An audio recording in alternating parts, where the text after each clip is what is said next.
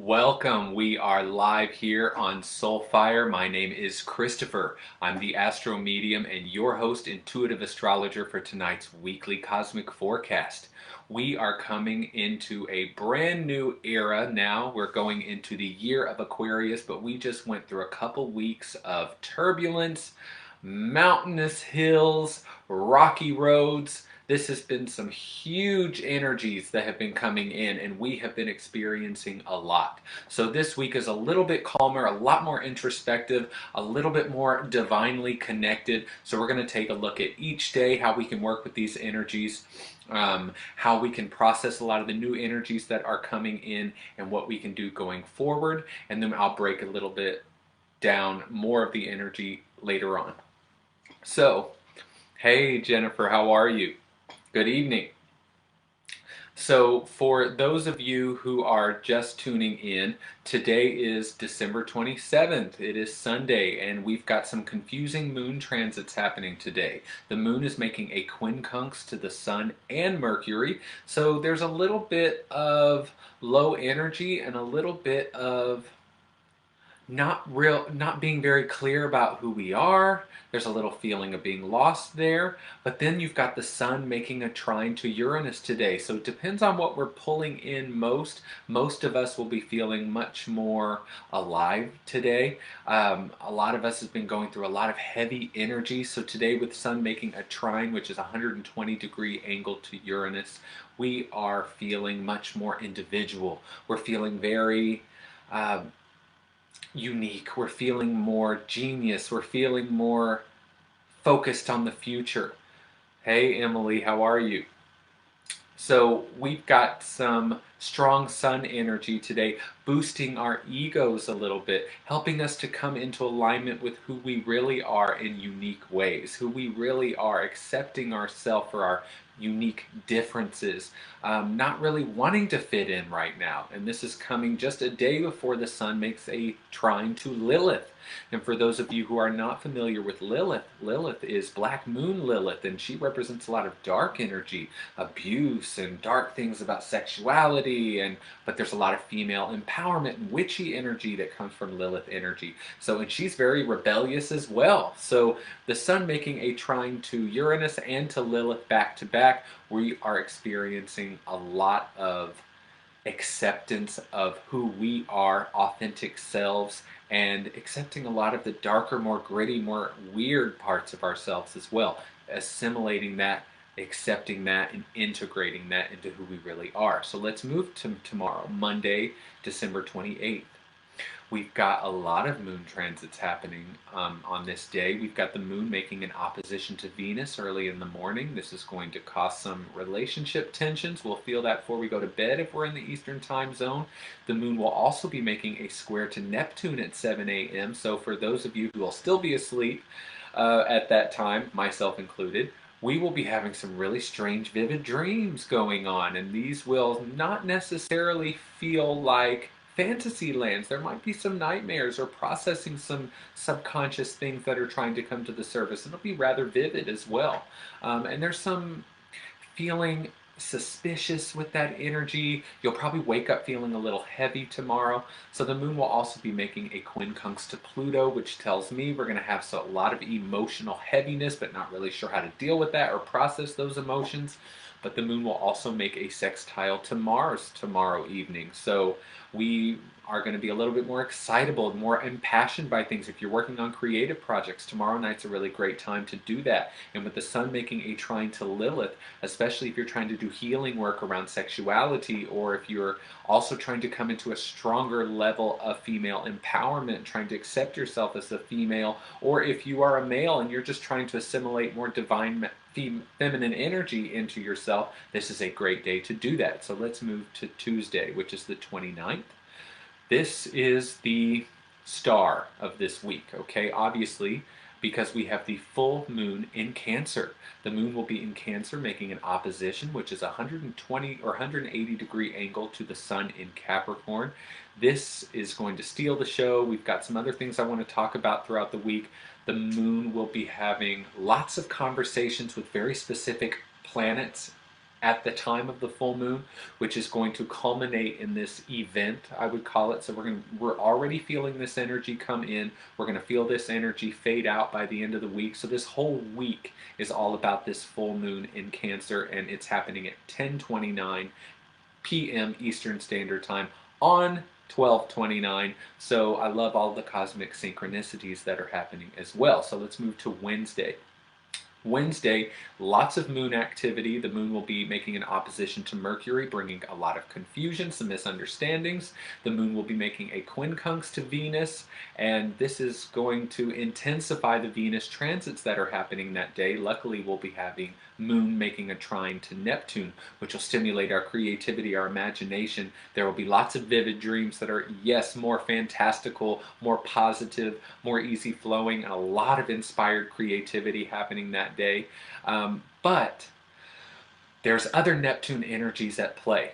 A positive one later on in the week, but on this day, Venus is causing some trouble. Okay, so Venus is making a square to Neptune and an opposition to the North Node. So a square is 90 degrees, which causes tension and confusion and challenges, and oppositions can be challenging as well and can make you have to choose or feel like there's opposing viewpoints or opposing energies that are coming in, which can cause a tug of war inside of us. So with the Venus square Neptune energy, be careful what you believe from your partners, your loved ones, your friends, because we're not going to be seeing things as clearly as we normally would. Our empathy is increased, but our tendency to be taken advantage of is also increased, and our discernment is decreased when Neptune casts his veils in that way. And with the Venus making an opposition to the North Node, there's a lot of feelings like you're pushing away people who are in alignment with where you're going and on your soul's path, and you're trying to keep people who are more comfortable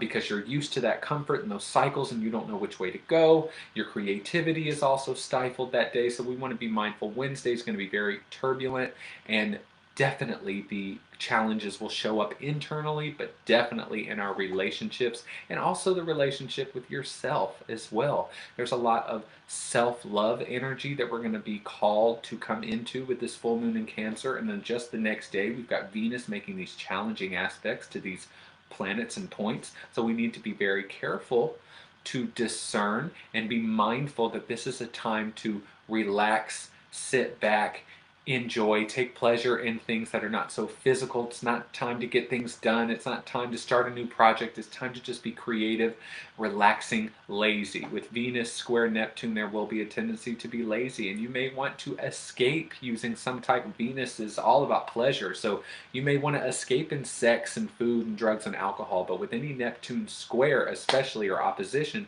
be mindful we will be in the collective more susceptible to these chemicals and to these drugs, if you will. Food is also a drug, sex can also be a drug. So we're more susceptible to addiction at that time as well. So now let's move to Thursday, which is New Year's Eve.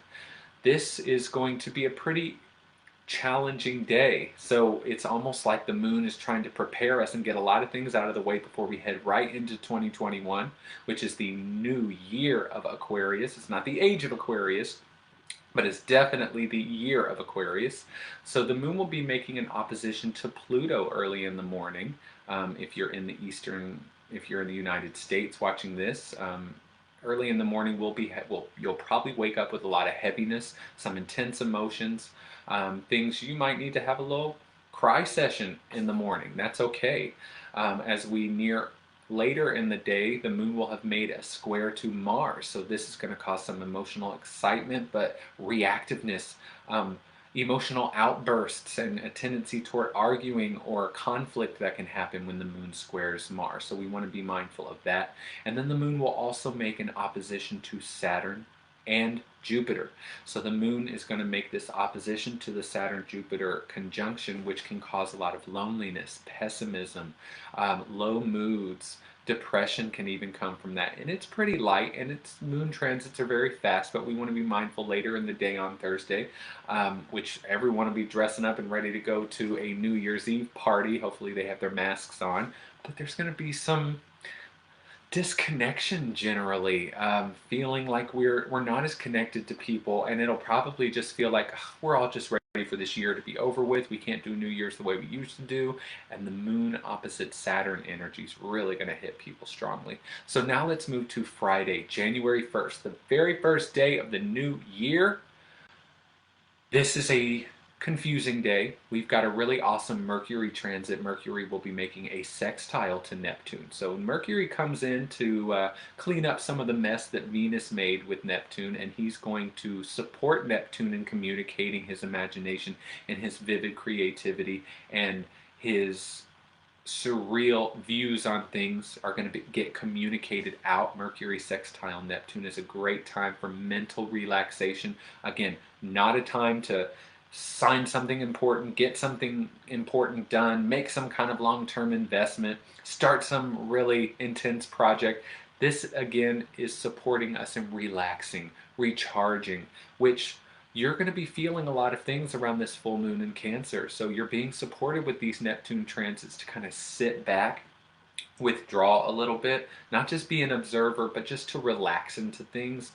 Be a little bit lazy if you want to. In those times where you're more relaxed, just kind of escaping reality in movies, music, art, whatever that modality may be for you, that's the time where you are going to receive lots of ideas this week. Lots of new things are going to come in, new inspirations will come in, but that does not mean it's time to act on them yet. So just be mindful of that. Also on Friday, the moon will be making a square to Uranus, so be mindful that yes, you're probably not going to feel like you want to get things done. We're going to be avoiding some responsibility, and you'll also be wanting to get out of something too impulsively. You're quick to boredom, not sticking something out for the long haul, and that's okay. This is definitely, like I said, a day where painting, relaxing with loved ones, socializing in gentle ways, talking about spirituality, learning something new, metaphysically, spirituality, astrology, some new way of bringing in self-care,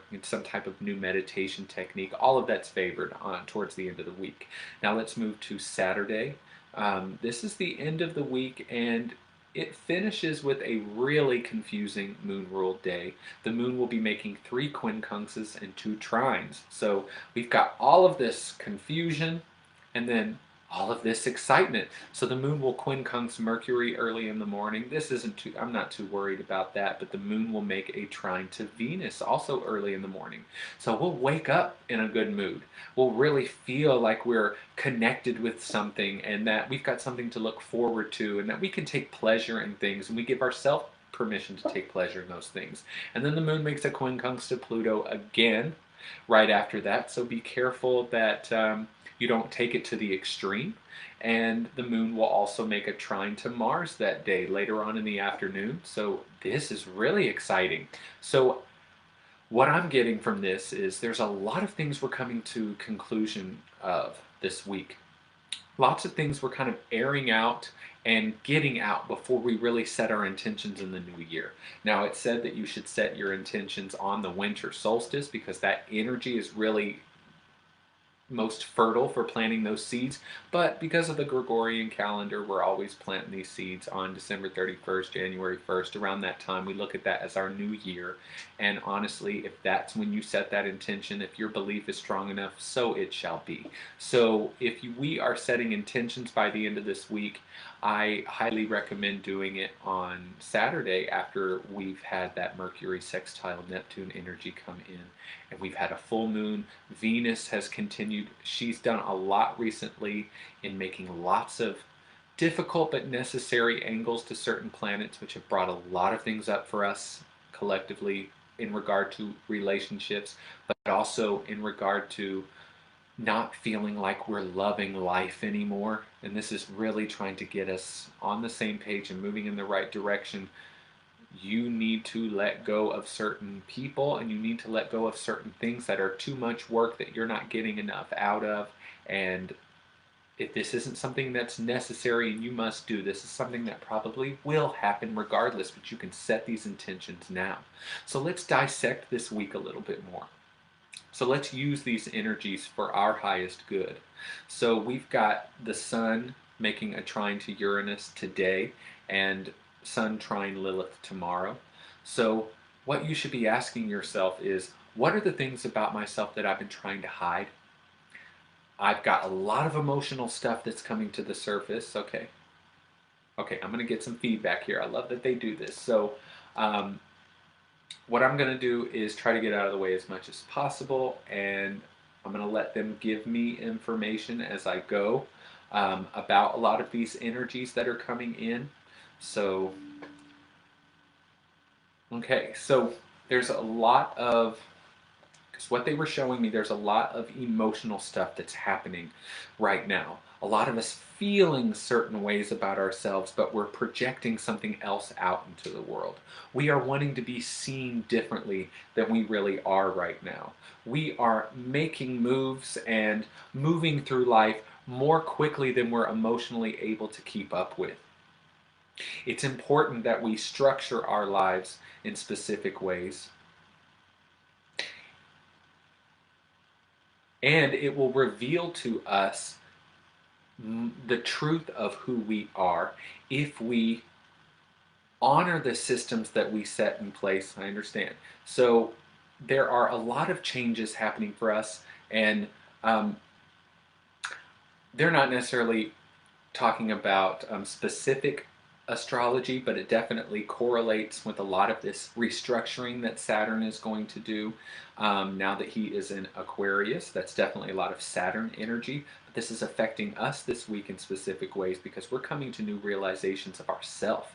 We're coming to new realizations of other people as well. How are we relating to these other people? I feel more unique. I feel more accepting of those dark things that I have inside of me. I've been doing this shadow work and I'm ready to let this shine out in the world. I want other people to accept these things about themselves too. I'm a human being and I don't want to feel badly about being a human being anymore, and I don't want to fit in anymore. This year has made me feel done with a lot of the things that have been put in place in our society. I'm ready to let it all go.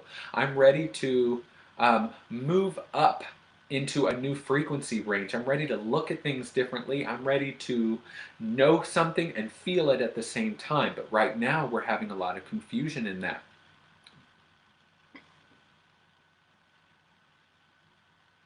Yes, and there is a lot of frustration, a lot of anger, and a lot of resentment that's happening right now. So we're letting go of a lot of things. And as we build towards this full moon in Cancer, it's very interesting to note that this is our second full moon in Cancer this year. So the cardinal signs absolutely dominated 2020. We had Jupiter, Saturn, and Pluto in the cardinal sign Capricorn. We had now two full moons in Cancer. We had Mars in Aries, which is a cardinal sign, for 6 months because of his retrograde, making squares to Pluto, squares to Saturn, squares to Jupiter. There has been a lot of cardinal activity, and we are moving into a fixed, mutable year. And it's also important to know this is the year of Aquarius, so there is something new that's coming in. The sun is trining Uranus today, and this is important because this is all about bringing in something new, some new awareness of ourself that we can hold on to and we can become, because the sun is energies that we're trying to become.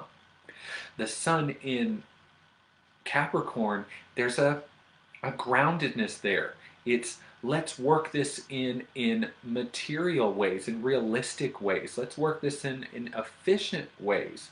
Let's apply this in our life in ways that will get the best outcome.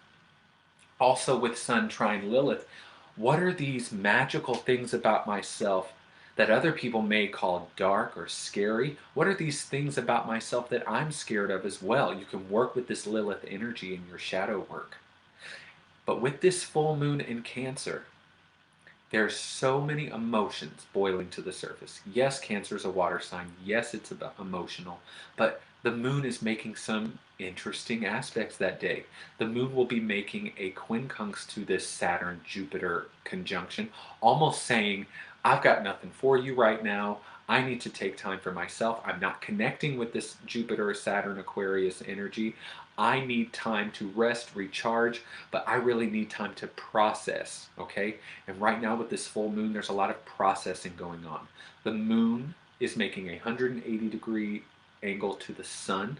The moon in Cancer, in her rulership, Moon loves being in Cancer, so there's this easy flowing energy there. These emotions are going to shoot to the surface. It's going to be deeply felt, especially if you have a lot of Cancer in your chart, especially if your moon is in Cancer or your rising sign is in Cancer. You're really going to feel this energy a lot. My rising sign is Cancer, so I'm already feeling this energy come in. And this opposition is taking place to the Sun in Capricorn.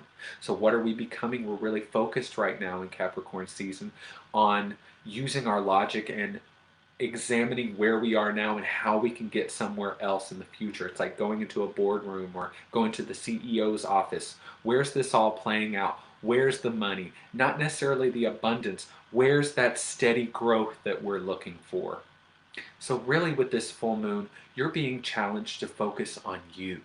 And yes, your work is an extension of you. Your career is an extension of you. What you're doing out there in the world is an extension of you. Your public image is an extension of you. But is it really you?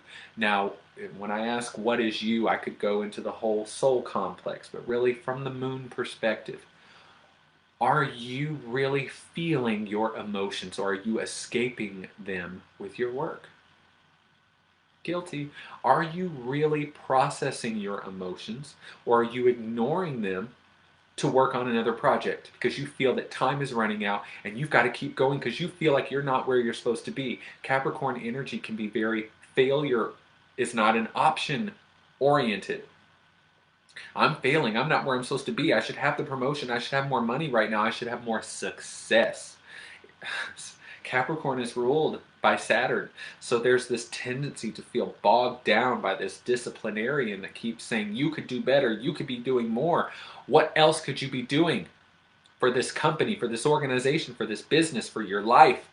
You're not grown up enough yet. You're not doing enough yet. And the moon, which is the nurturing part of yourself, which is the part of you that wants to be emotionally met and wants to be emotionally understood, and it's that subconscious programming in you that is saying, let's go home, let's return home to the self, let's come back to a place of just feeling, because there is an experience of just being.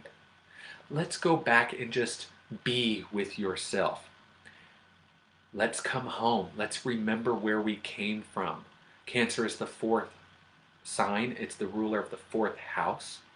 And the fourth house is all about ancestry, the home, roots, foundation, lineage. Where have you come from? Now the moon will also be making a square to Chiron that day. And as you all know, Chiron is the wounded healer. So yes, there's a lot of wounding that may come up, a lot of triggers that will be coming up for us. Of all the times for the moon to be making a square to Chiron, at the same time that she also makes her opposition to the sun, this is important. She's saying, I'm having an opposition with you, and I'm going to square off with you. We're pulling in two different directions, and you, Chiron, I have something to say to you. Let's go for it. I'm going to push my subconscious programming and my emotional nature on you, this desire to be nurtured. Nurture me. And Chiron's going to say, well, here's all the things that need to be nurtured. Here's all the things in you that you think are inadequate. Here's all the things in you that you don't feel are good enough. Here's all the things in you that you want to be different. Here's all the things in you that you're insecure about. And also, here's all the things in you that you keep repeating. My sister moon, okay, the moon and Chiron, they work really well together. When they square off like this, they're doing it for a purpose. Come on, let's get all this trauma to the surface. Are you identifying with all of this trauma? Okay, are you replaying all of it because it's coming from your subconscious? We now have a chance to break that cycle, as the moon will also be making a sextile to Uranus that day, and Lilith. So this full moon will not only be squaring off with Chiron, having a little tiff over here for the purpose of getting to some common ground, but there's also an opposition with the sun and a beautiful 60-degree sextile to Uranus, which the moon is saying to Uranus, help me break free of these things. And Uranus is bringing in something new. Okay? So you are being supported to feel your wounds, face your fears, go back home and heal your ancestral trauma in new, unexpected ways. For those of you who love doing moon rituals, like myself, I love doing a moon ritual. You can go to my Instagram at the.astromedium, the.astromedium. I have a post on there about the full moon in Cancer, and attached to it is also a ritual you can do. It'll take about an hour of your time. It involves having your own space, disconnected from social media and technology, using water in multiple ways to transmute energy, and sitting with your emotion and using the idea of water and the element of water to hold, process, wash away, and transmute your energy and to bring in something new. So I highly recommend that you do that as well. And for those of you who are watching on YouTube, um, please like and subscribe below and hit the bell so you are notified when I have new videos. Okay, let's get back to it. Full moon in Cancer energy will be intense. We will already now be feeling a lot of insomnia creep in. Sleep disturbances will increase again. A lot of us on the ascension and awakening path have been experiencing this off and on, unrelated to moon transits. They just intensify this, especially if you're very moon ruled or very sensitive to the phases of the moon. But with this full moon energy, it's all about feeling, it's all about processing, and it's all about what can we release at this time that will lighten your load before you head into the year of Aquarius. So this week is all about reevaluating your relationships in other ways.